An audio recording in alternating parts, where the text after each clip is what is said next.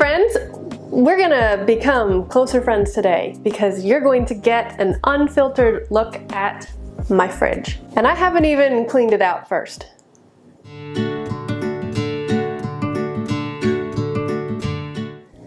I'm Steph from StephanieJenkins.com and CheapskateCook.com, and today we're going to do a fridge tour showing you how my family of 5 and I save money and eat healthy at the same time. Now, we love eating healthy, we love real food, I get all nerdy about it, and we've done lots of different things over the last 15 years. But we are also not super legalistic about it. So today I'm going to show you what is in our fridge right now.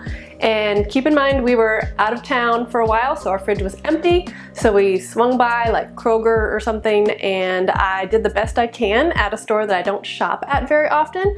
I stacked some sales and some coupons, and I looked out for some real food and all of that. And we filled our fridge and the rest of our kitchen. So that's in my fridge. It's not what is in my fridge all the time, but I just wanted to show you a completely unfiltered, unplanned, imperfect look at my fridge. Now, I can get really crunchy, but we are also a perfectly normal family. So there are things like fresh radishes that I harvested from my garden and I pickled them, and those are in the fridge. And there's also stuff that's not crunchy at all, and you're gonna see all of it. I also wanna remind you that if I mention any recipes during this video, they will be in the description.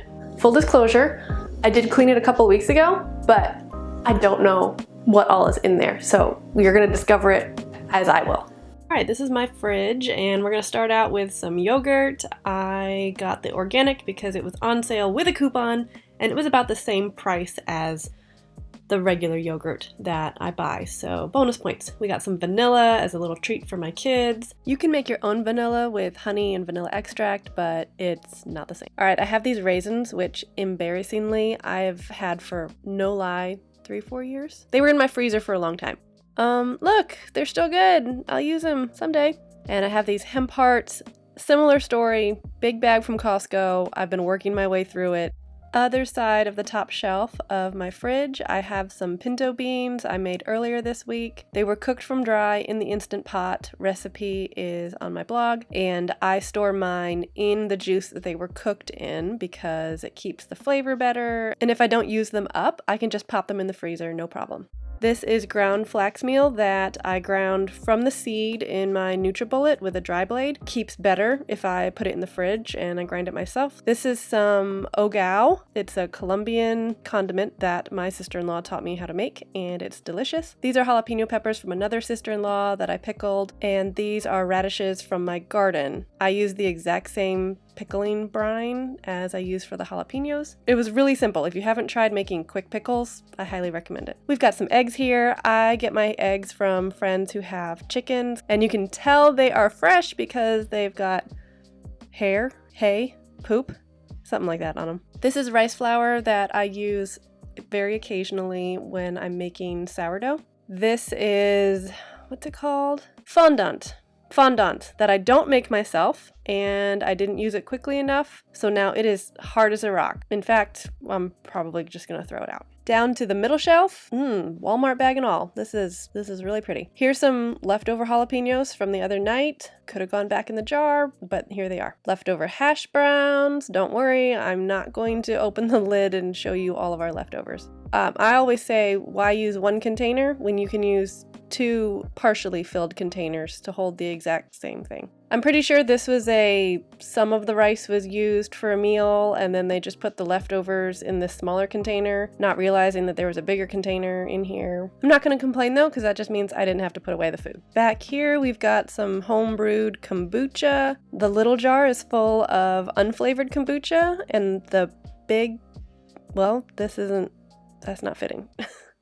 Okay, the big jar is full of, that still looks so gross, strawberry kombucha. It's just frozen strawberries in the bottom of the kombucha. And we've got some leftover seasoned ground beef. I make it in bulk and save it for meals throughout the week. These are some organic chicken breasts, which we don't usually buy, $4 a pound, which is a good price for organic where I am, but so expensive. We've got some butter here. I splurged on Kerrygold, I think a month ago. It was the first time I'd ever bought it. Really delicious, but I'm not going to make a habit of buying it.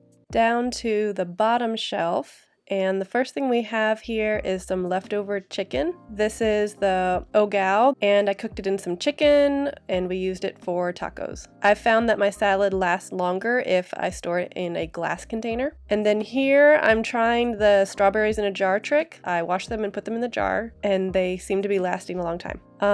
2 jars of pickles, except one of them is empty. That's always nice to find. Apparently everyone's eating out of this one, because this is opened, but nobody wants to finish the other jar. This is my flour canister from my flour grinder. It's one of the ways that we save money on really good quality whole grains. Some lower gluten things, some regular whole wheat things. Anyway, it's totally empty, so it stays in the fridge, and then I'll fill it up with flour, and that's my fresh flour container. Unsweetened applesauce. I always get unsweetened applesauce. There's no need for sugar, it's sweet enough. Some avocados. As soon as the avocados are ripe on the counter, I put them in the fridge, and it helps stop them from getting overripe so quickly. This is leftover sauteed greens and some carrots that I used for breakfast the other day. This is a bottle of water Chris got for free from work. I don't know, it's in the fridge. This is my family's very favorite salad dressing. It's on my blog. It's Greek dressing, really, really delicious. You can tell we use it a lot because the pour spout is disgusting. This is our other favorite dressing. I use it for like spinach salads and stuff like that. It's balsamic vinaigrette, also on the blog. Ooh, this is a fun drink. Chris brought it for me when I was not feeling well the other day. It's definitely one of those like special occasion drinks. Hello! I obviously couldn't keep my face out of most of these shots. We've got our gallon of maple syrup that we get from my great aunt and uncle who live in Pennsylvania. Some oyster sauce. I had a friend who lived in Thailand for a while, so she taught me a couple of dishes, and I still have the oyster sauce 3 years later. Red boat fish sauce. I assume it's still good. I think. Our almond milks. 2 of them are from Aldi, which is the best price for almond milk. The other one is from Kroger, which is not the best price, but again, that's where we shopped. Here we've got a produce drawer with apparently something that's not produce. Listen, I don't micromanage my fridge. I'm just grateful when people put their food away. More leftover lettuce.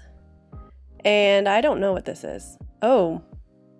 I think that was someone's leftover burrito bowl, and they just put the lid on it and called it good. That's definitely not going back in the fridge. Since we just got back from our trip, this drawer is pretty empty, but I got some lettuce for salads.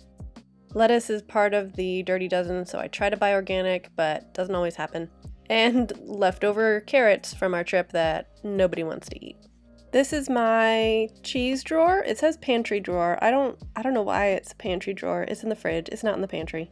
We have some whipped cream cheese because Chris is a cream cheese snob and he likes it to be soft. We've got regular cream cheese for the rest of us peasants. I've never bought this before. It's like thick cut lunch meat. It was on sale with a coupon, so I bought a few of them. I actually like it better than regular lunch meat. I don't think I'll be buying it again, but I'm glad I tried it. This is salami that my kids love to use for sandwiches or homemade Lunchables. And some shredded cheese. We actually don't buy shredded cheese that often, mostly because my kids can shred the cheese and they enjoy it, and it is less expensive and more delicious when you shred it yourself. It works for me, but it's not something that I'm going to tell everybody to do because, let's be honest, a lot of us aren't going to shred all of our own cheese. And this is my container of butter wrapper. You know, when you've got that expensive butter, you don't want to waste any of it. I actually do this with regular butter too, because I don't buy like the spray oil. I just keep the wrappers in a container in the fridge, and then whenever I need to grease a pan, I don't know, squish the wrapper around on the pan and it greases the pan. Sliced cheese for sandwiches, la-di-da, we like pepper jack. Usually this shelf has jars of homemade kombucha and sourdough, but I found some Izzy at the store, which is Chris's favorite drink. I mean, as far as like carbonated drinks go, I'm pretty happy with the ingredients list on this, and it's just a treat. And here's our current sourdough shelf. A lot scarier looking than the Izzy shelf. So we have some lemon juice. We keep lots of bottles of lemon juice because we make lemonade with it, and I use it in salad dressings. This is my current sourdough starter, so you can see the bubbles there. I usually keep my sourdough starter in the fridge and only take it out once or twice a week when I bake bread. All of these scary looking jars with the black liquid on top are sourdough discard. I like to keep all of the sourdough discard. When I fill up a jar, then I make pancakes with it. If I was on top of things, I would try to combine them all into one single jar, but for some reason, they're in 3 jars, taking up a lot more space. This is our maple syrup in one of these cool spout thingies. Over on this shelf, I've got butter. This is our regular go-to cheap Aldi butter. Active dry yeast. I used to buy yeast in bulk, but I haven't been able to find it the last couple years. Got some olives, hot fudge sauce that is super old, probably shouldn't put it back in the fridge. Dill pickles, regular jalapeno peppers that we will use after we finish using the homemade ones. Chris is Greek, so these Kalamata olives are kind of a staple in our diet. And some sweet relish. So we have a condiment rule in our house where we only keep condiments that we use on a regular basis. The oyster sauce and the fish sauce, we're kind of pushing it, but pretty much all of our other condiments are things that we use on a regular basis. And if I don't use it regularly, I usually don't buy it, or I try to find a substitute using things that we already have. Salsa. This is also from Aldi. I actually don't love this salsa, but it's really inexpensive, so it's what we get. Peanut butter from Costco, and it's the least expensive I can find, so this is what we buy. And mustard. A cool thing about Aldi, if you don't know this, Aldi doesn't use food dye in any of its Aldi brand food. I was trying to show you on this mustard, but the label is a mess. And this is Ray's barbecue sauce. I've tried making my own. I don't really like how it turns out. So I get the no sugar added because it's just a little bit better for us. But I will admit it is not as good as the original. And that was our real life, real food on a budget fridge. I hope you enjoyed it. I hope you were not too grossed out, and I hope you got some ideas to help you save money and eat healthy. I'm Steph from StephanieJenkins.com and CheapskateCook.com. Don't forget to hit the like and subscribe button for more ways to save money and eat healthy.